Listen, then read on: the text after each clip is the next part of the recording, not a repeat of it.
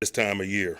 Obviously, there's big disappointment that comes with this, but before I get into some of that, I do want to work within the normal framework in which we work, kind of outline this past week and that game and the performances and so forth. It was a unique week for us. We had to do our business in stadium, and also some other dominoes had to fall. We talked openly about it last week in terms of us having the ability to focus and do that. It was challenging. Guys did what was necessary and won the game. But within the game, there were some things that were problems for us, that had been problems for us. We had a big turnover in the first half. I thought that was the significant play in the first half of the game. The guys continued to fight and make the necessary plays. We were juggling some people and so forth from a role standpoint. Can't say enough about Matt, the kicker that we acquired last week. He came up big. We awarded him the game ball, and appropriately so, contributing to our efforts in the ways that he did. Also, kind of just leading up to the game and since the game, I know there's been a lot of speculation, discussions regarding AB's participation or non-participation in the game. I want to outline, kind of re-outline what transpired up until the time we talked on Friday, and then what transpired after that. I'll start last week. I met with you guys Friday after practice. I outlined what had transpired to AB to that point. All of those things are very accurate. I'll re-outline it for you. He came in on Wednesday and expressed soreness in his lower body, feet, ankles, knees, specifically a knee. It was no big deal from that perspective. It happens some with veteran players. I give them a day off. I work younger guys. It's not only about their protection and preservation, but it's also about the growth and development of younger guys. I've done it at the quarterback position routinely this year, just about every week. Very rarely does Ben work on a Wednesday. I do it at the center position with Marquise Pouncey. I do it at the guard position on Thursday with Ramon Foster, to name a few. I've done it at the wideout position in the past.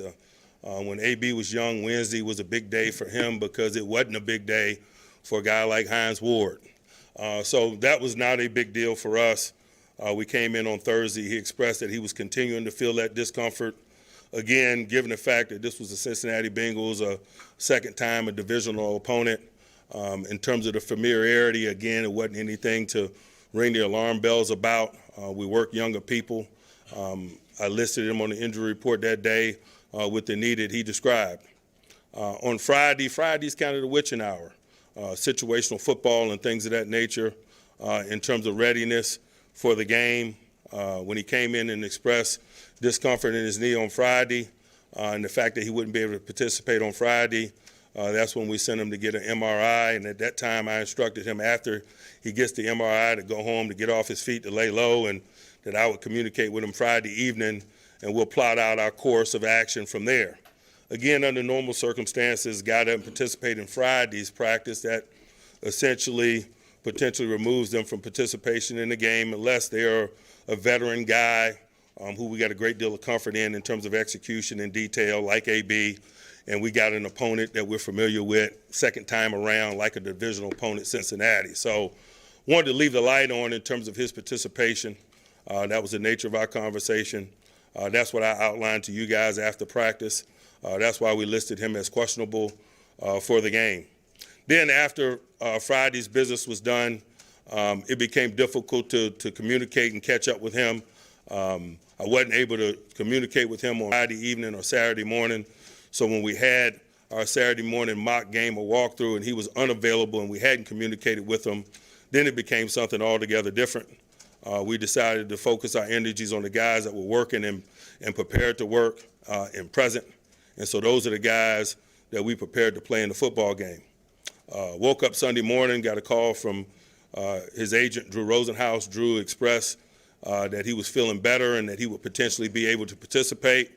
I outlined to Drew that decisions weren't made like that, but I would be interested in visiting with him in person at the stadium prior to the game, but playing wasn't on the menu. So Drew relayed that to him. I met with AB prior to the game. He asked what he could do. I said the best thing he could do in terms of helping us win the game is to be there and support his teammates. He agreed to do that. We had a general conversation about his overall health. I sent him to the training staff to visit with those guys who obviously were at the stadium readying people for play. And that was the last conversation that he and I had. I subsequently saw him in the bowl, in stadium, doing pregame warm-ups and things of that nature. But as the game began to unfold, obviously, I get occupied with the things that are at hand. I hear that he left the stadium. I don't confirm that because, again, I was centered around the guys that were performing in stadium and things of that nature. So that's an outline of what's transpired from my perspective, from our perspective. I just wanted to add some real teeth to that discussion.